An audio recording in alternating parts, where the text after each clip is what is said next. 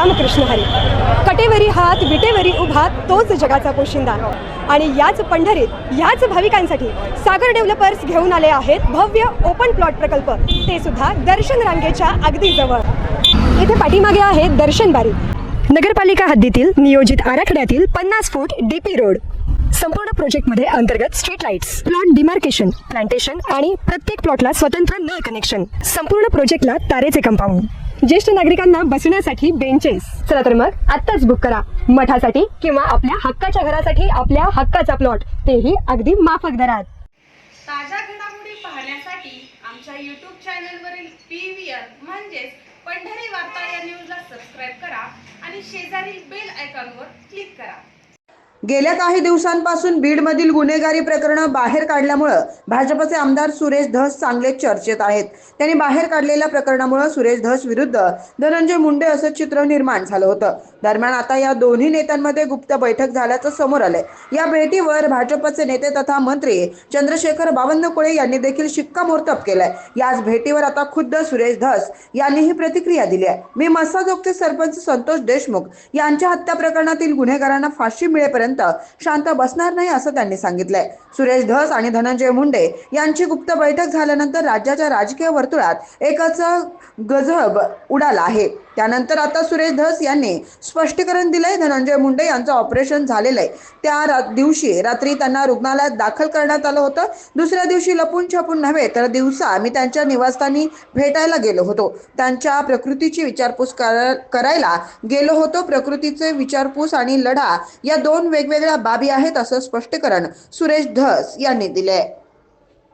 त्यावेळेस सांगितलं बाकीच्या बाबतीत, आणि तेही बोलताना तेच बोलले, तुम्ही नीट ऐका, मनभेद नाहीत मतभेद आहे. मतभेद आहेतच ना, आणि या प्रकरणाच्या बाबतीत मी माझी माघार घेणार नाही हे त्यांना मी त्या बैठकीमध्ये क्लिअर सांगितलं.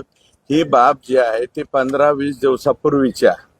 आणि मी जे परवा भेटायला गेलो त्यांना, हे बघा, एखाद्या माणसाला रात्रीच्याला कुठेतरी म्हणजे हॉस्पिटलमध्ये ऍडमिट केलंय आणि पुन्हा माघारी आणलंय म्हणल्याच्या नंतर आपली संस्कृती आहे, त्या संस्कृतीप्रमाणे मी त्यांना भेटायला भेटलो. याच्या व्यतिरिक्त आमच्यामध्ये कुठलीही चर्चा नाही.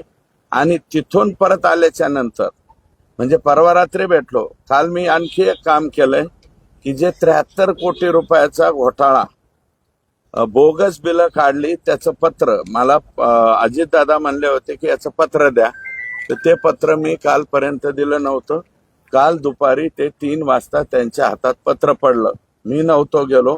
माझा एक सहकारी मी दादांकडे पाठवला तर ते दिलं. आणि काल मी स्वतः कृषी कार्यालयात गेलो होतो.